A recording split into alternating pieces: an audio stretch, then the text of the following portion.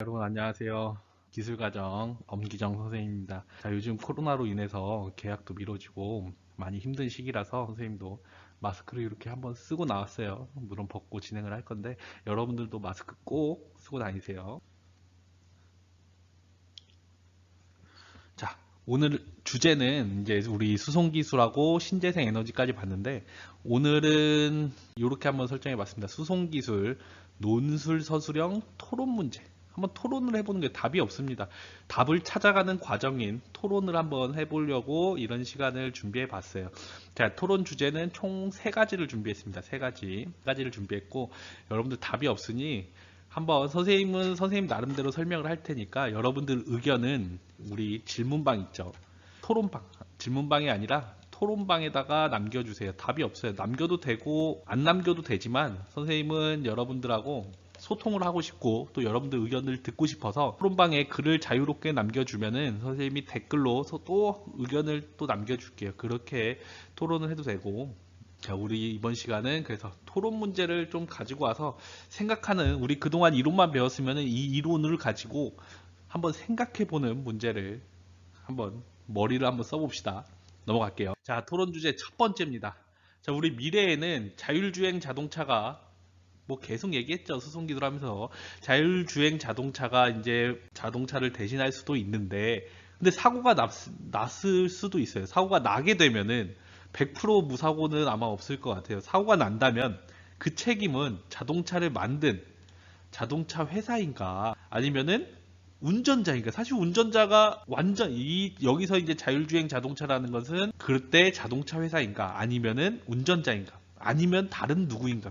오히려 당한 자동차에 부딪힌 피해자가 가해자가 될 수도 있을 수도 있다라는 고의로 뛰어들었다거나 아니면은 정말 피할 수 없는 상황을 만들게끔 피해자가 자동차한테 부딪혔다거나 그런 경우에는 이 자동차 사고를 났을 경우 어떻게 해야 될까? 물론 이제 많이 이제 여기서 생각이 갈릴 거예요. 대부분은 뭐 자동차 회사, 이 자동차 프로그램을 설계하고 만든 자동차 회사의 책임이다. 또는 아니다. 그 비상 상황 시 반드시 운전자는 그 안에서 잠을 자거나 노는 게 아니라 비상 상황 시 항상 운전대를 잡고 있어야 되고 비상 상황이 발생할 수 있으니 운전대를 잡고 있어야 되고 이 비상 상황에 반드시 자기가 스스로 컨트롤해야 된다는 책임이 있다라고 생각하는 사람도 있을 거예요. 또는 그것도 아니다. 자동차 회사의 책임도 있을 거고 운전자의 책임도 있을 거다. 이 과실의 비율을 따져봐야 된다라고 생각하는 사람도 있을 겁니다. 다 맞는 말이에요. 자, 우리 이 주제를 생각하기에 앞서 한번 이런 선생님도 책에서 본 예시인데 이런 예시를 한번 가지고 왔어요. 자, 이렇게 여기가 이제 기찻길입니다. 기찻길. 이 기찻길에 여기 5명의 노동자가 일을 하고 있고 여기서는 한 명이 일을 하고 있어요. 이 기찻길에 자율주행 기차가 운행 중입니다. 물론 여기 기관사는 타고 있지만 기관사는 이제 자율주행 자동차라 아무것도 하지 않아요. 자율주행 자동차 있는데 이 자동차가 브레이크가 만약에 고장이 났다라고 이 피할 수 없는 상황이에요. 이 자율주행 기차가 갈 수 있는 길은 이 길 아니면은 이 길입니다. 둘 중에 하나로밖에 갈 수가 없어요. 1번 아니면 2번. 근데 원래 가려던 방향은 1번 방향이에요. 이 기차가 원래 가려던 방향으로 가면은 여기 5명의 인부들이 전부 다 사망을 하게 되는 상황이고, 자, 두 번째 상황, 그렇지 않고 이 기차가 5명의 이 인부들보다는 이 길을 틀게 된다면은 요 한 명의 인부가 사망을 하는 상황입니다. 여러분들이 자율주행 자동차를 프로그래밍 한다고 봤을 때 여러분들은 어떻게 프로그래밍을 하겠어요? 원래 가던 방향이 1번 방향이 맞으니 1번으로 가는 게 옳다. 왜? 2번에 있는 저 인부는 원래대로라면은 죽지 않을 운명이었어요. 또는 아니다.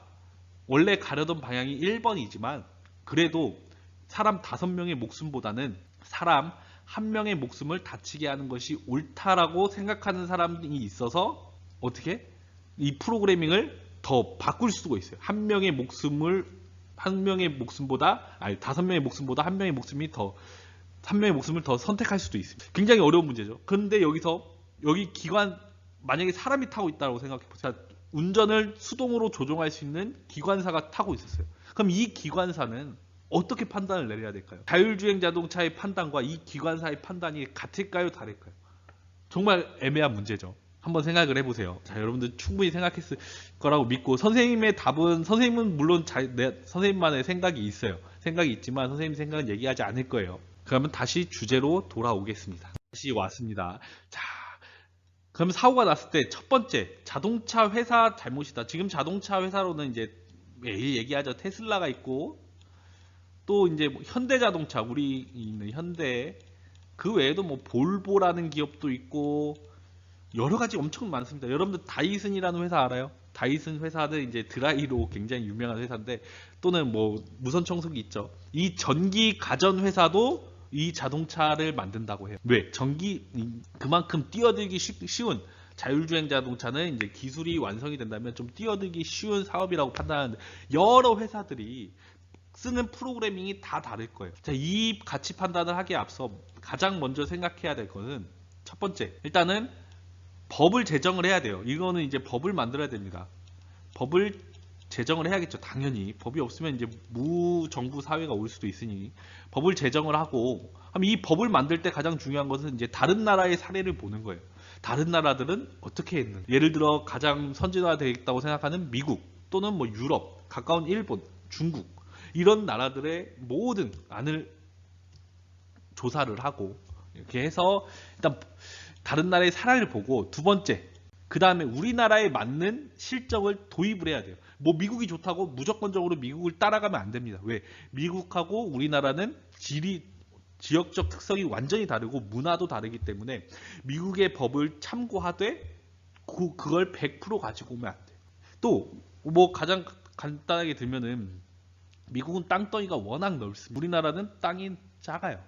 그렇기 때문에 미국은 뭐 고속도로를 한번 타면은 한 3박 4일을 가야 되는 그런 도시도 있어요. 그래서 그것을 그대로 가지고 오기에는 우리나라에 너무 맞지 않다. 다시 돌아오겠습니다. 그럼 자동차 회사에서 만약에 사고가 났을 때 자동차 회사라고 판단을 하는 사람들의 근거는 뭘까요? 첫 번째, 프로그래밍. 이 자율주행 자동차는 말 그대로 프로그램 싸움이다. 프로그램을 어떻게 설계했느냐에 따라서 사고가 날 수도 있고 안 날 수도 있는 것이다. 그래서 사고가 났다면은 자동차 회사의, 그 프로그램을 만든 자동차 회사의 잘못이다. 또는 자동차 회사가 프로그램을 안 만들고 다른 뭐 회사에 줬다면 그 회사의 잘못이다. 라는 게 가장 큰 논리겠죠. 그럼 운전자의 잘못을 선택한 사람들은, 첫 번째, 물론 프로그래밍은 그렇게 되어 있고 자율주행 자동차가 스스로 운전을 하지만 충분히 운전자가 수동으로 개입할 수 있는 여건이 있다. 그럼에도 불구하고 사고가 나게 방치를 했다는 것은 운전자의 잘못이다 라고 생각할 수도 있겠죠. 그래서 운전자의 과실이 더 크다. 자동차 회사도 잘못이 있지만 그 사고를 그대로 방치하게 둔 운전자의 잘못이 더 크다 라고 생각해요. 그럼 여기서 또 반론은, 그럼 자율주행 자동차를 이제 선전을 할 때는 아마 그렇게 선전을 할 거예요. 자동차 안에서 편하게 있는 모습, 뭐 독서하는 모습, 영화를 보는 모습, 이런 것들로 광고를 할 겁니다. 그럼 이 광고를 보여줬다는 것은 운전자가 그 안에서 사고를 방지하게 이렇게 대비를 하고 있다라는 것이 아니라 편하게 자동차 안에서 쉬려고 자율주행 자동차를 산 거다. 그래서 운전자의 잘못은 없다. 또 이렇게 볼 수도 있죠. 그래서 이걸 절충안이 되는 자동차를 만드는 게 가장 먼저 중요하고, 안전한 자동차를 만드는 게 가장 중요하고, 그렇지 않고 정말 이제 자율주행 자동차가 온다면 사고가 날 거예요. 사고가 나겠지만 그때는 이제 여러 사례들을 복합적으로 계속해서 경험해 봐야 올바른 길을 찾을 수 있습니다. 그럼 여러분들 생각을 토론방에다가 남겨주세요. 일단 토론 주제 1번이었습니다. 자, 2번 넘어가겠습니다. 토론 주제 2번이에요. 자, 전기 자동차의 특징을 알아보고, 그럼 전기 자동차가 이제 앞으로는 미래 자동차가 될 건데 우선적으로 해결해야 하는 과제가 무엇일까? 자, 전기 자동차를 생산하기 위해서 굉장히 많은 과제들이 있어요. 지금 당장 전기 자동차를 먼저 대량으로 양산할 수가 없듯이, 그럼 먼저 해결해야 되는 과제. 일단 특징부터 먼저 알아볼게요. 이거는 뭐 거의 좀 이론 수업 같긴 하지만 여러분들 다 알고 있을 거예요. 첫 번째, 전기 자동차의 특징은 뭡니까? 바로 환경 오염이 안 생긴다는 거죠. 자, 환경 오염이 안 생긴다. 환경 오염이 없다. 자, 두 번째 특징은 뭐예요? 일단 장점만 얘기하는 거예요. 자, 그 다음에 뭐 기름을 넣지 않으니까 주유비, 차량 유지비라고 하는데, 차량 유지비가 거의 들지 않는다. 그 세 번째 뭐니까 아까 전 주제가 마찬가지죠. 자율주행 자동차. 자율주행 자동차가 오는 이 4차 산업에 굉장히 특화되어 있는 차다라는 게 이제 장점일 거예요.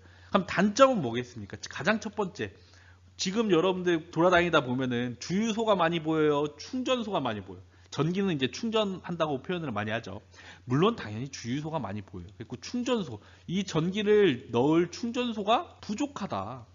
자, 두 번째, 전기 자동차, 휘발유나 그 디젤을 주유하는 경우에는 많이 걸려야 5분밖에 안 걸려요. 5분이면은 이제 전부 다 충전이 가능합니다. 근데 이 전기를 충전하러 가서는 몇 분 정도 걸릴까요? 빨라야 30분, 늦으면은 1시간 걸립니다. 그럼 내가 당장 급해서 전기가 없어서 충전소를 갔는데 30분 동안 거기서 대기를 해야 되는 시간이 걸리는, 그 외에도 여러 단점이 있는데, 자, 그러면은 우선적으로 해결해야 되는 과제 첫 번째가 뭘까요? 선생님, 뭐 첫 번째 여러 가지가 있어요. 선생님 생각은 얘기 안 한다고 했는데 계속 얘기를 하려고 하네요. 자, 첫 번째는 일단 충전소를 확충해야 된다. 충전소를 더 늘려야 된다. 두 번째, 충전 속도를 빠르게 개발해야 된다. 충전 속도가 지금 워낙 느리기 때문에 충전 속도를 빠르게 개발해야 된다. 세 번째, 전기자동차는 지금 가격이 조금 비싸요. 그래서 전기자동차를 살려다가도 이 돈이면은 차라리 그냥 휘발유차나 디젤차를 사지, 이런 사람들이 많습니다. 선생님도 물론 그런 쪽이에요. 그렇기 때문에 이 전기자동차의 부품의 가격을 내려야 되는데, 그럼 전기자동차만 생산하기 위해서는 우리 석유로 쓰는 휘발유 디젤 자동차가 조금 덜 나와야 돼요. 덜 나와야 되는데 지금은 어떻습니까? 오히려 휘발유 디젤 자동차가 더 많이 개발되고 엔진의 성능이 점점 더 좋아지고 있어요. 그럼 이런 상황에서 전기 자동차를 먼저 개발해야 되는 게 맞는 겁니까? 틀린 겁니까? 지금 석유가 고갈된다라는 위험성이 있었는데, 석유 고갈은 이제 얘기가 조금 쏙 들어갔어요. 왜 쏙 들어갔을까요? 바로 미국에서 석유가 엄청 많이 발견됐어요. 그거 무슨 석유라고 합니까? 바로 셰일가스예요. 셰일가스. 지금 미국에서 엄청나게 많은 가스가 발견이 되고, 그리고 또 사우디아라비아나 이런 중동 국가들에서 석유 가격을 엄청 내리고 있습니다. 그래서 오히려 전기자동차의 수요가 올라가야 되는 이 시장에서 전기자동차가 아니라 이 휘발유나 디젤을 쓰는 내연기관 자동차의 수요가 오히려 더 올라가고 있어요. 왜? 가격도 싸고 쉽게, 아까 여기서 얘기했던 주유소도 많고 인프라라고 하죠. 인프라가 잘 갖춰져 있기 때문에 전기자동차를 쓰면 불편하다라는 사람들의 인식을 아직까지 못 바꾸는 거예요. 그러면은 이 인식을 바꾸기 위해서는 가장 먼저 해야 될 과제가 뭘까요? 전기자동차의 첫 번째, 첫 번째가 아니죠. 여러 가지가 있습니다. 하나, 충전소를 늘린다. 둘, 충전 시간을 획기적으로 줄이게 만든다. 배터리를 발전을 많이 해야겠죠. 배터리를 개발을 많이 해야 된다. 또 세 번째, 가격을 낮춘다. 가격을 낮추기는 사실 굉장히 어려워요. 가격을 낮추기 위해서는 부품을 싼 걸 하는 방법도 있겠지만, 그거는 이제 안전하고 조금 연관성이 있어서 그런 건 추천하지 않고, 이 기술이 대중화가 돼야 돼. 가격을 낮추기 위해서는 전기자동차 기술이 대중화가 돼야 된다. 그럼 기술이 대중화가 된다는 말은 무슨 말입니까?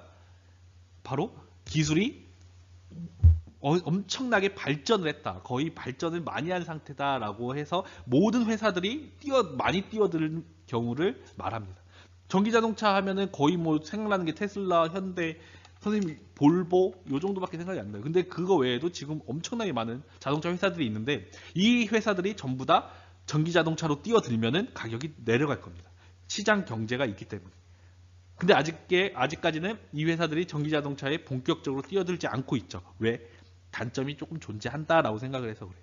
자, 그래서 우선적으로 해결해야 하는 과제는 무엇일까? 여러분들이 생각하는 과제는 무엇일까? 한번 생각을 해보고, 자, 토론방에다가 글을 올려주세요. 자, 다음 주제 보겠습니다. 다음 주제는 조금 여러분들이 생각을 전혀 안 해봤을 건데, 자, 고령 운전자의 운전면허증을 반납하는 것이 좋은가? 아니면은 국가에서 이렇게 뺏어가는 거죠. 나이가 어느 정도 되면은 운전면허증을 취소시키는 것이 좋은가? 그럼 이 얘기가 왜 나왔냐? 선생님이 신문 기사를 보다가 이제 토론 주제를 정했어요. 어떤 그 신문을 봤는데 고령 운전자의 사고 비율이 조금 높다고 합니다. 근데 그럴 수가 있어요. 왜 그러냐면은 이제 나이가 들수록 판단력이 떨어지고 행동이 조금 느리기 때문에 이렇게 운전하는데 조금 불편한 사람이 있습니다. 그런데 이것을 법으로 정해서 예를 들어 만 70세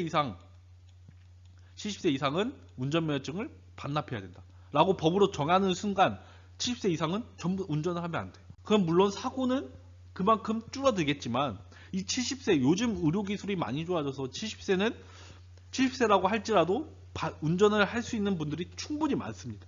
그럼 그런 분들의 뭐를 빼앗는 거예요? 운전할 수 있는 자유, 권리를 뺏는 거예요.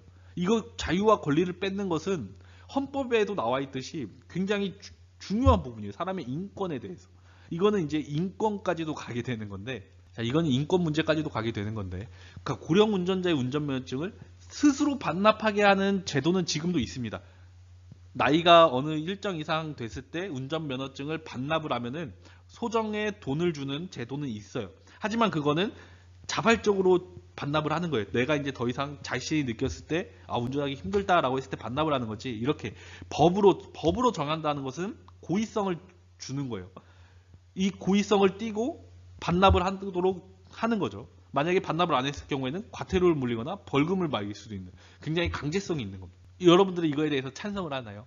자, 찬성하는 사람들은 이렇게 생각을 하겠죠. 자, 고령 운전자가 운전을 할 경우 사고 비율이 높다. 자, 사고 비율이 높고 또 고령 운전자는 자신이 다칠 경우도 많아요. 왜? 몸이 조금 약하기 때문에 사고가 났을 때 상대방뿐만 아니라 자신이 다칩니다. 그럼 이거는 봤을 때 국가적으로 사실 큰 손해다. 그래서 70세가 아니라 뭐 75세라도 언젠가는 운전면허증을 반납하게끔 유도를 해야 된다. 라고 보는 사람이 있고, 자, 두 번째 반대한다.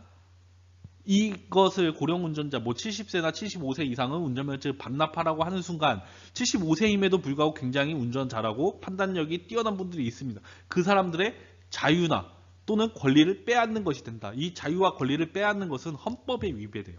헌법에 위배되기 때문에 안 되고 그래서 반대한다. 라고 하는 사람도 있습니다. 그러면 이제 또 절충안이 있습니다. 절충안. 뭐 선생님이 생각하는 절충안은 이거예요. 자, 65세가 되면은 또는 뭐 60세, 70세가 되면은 운전면허 그 시험을 한 번 더 보게 한다.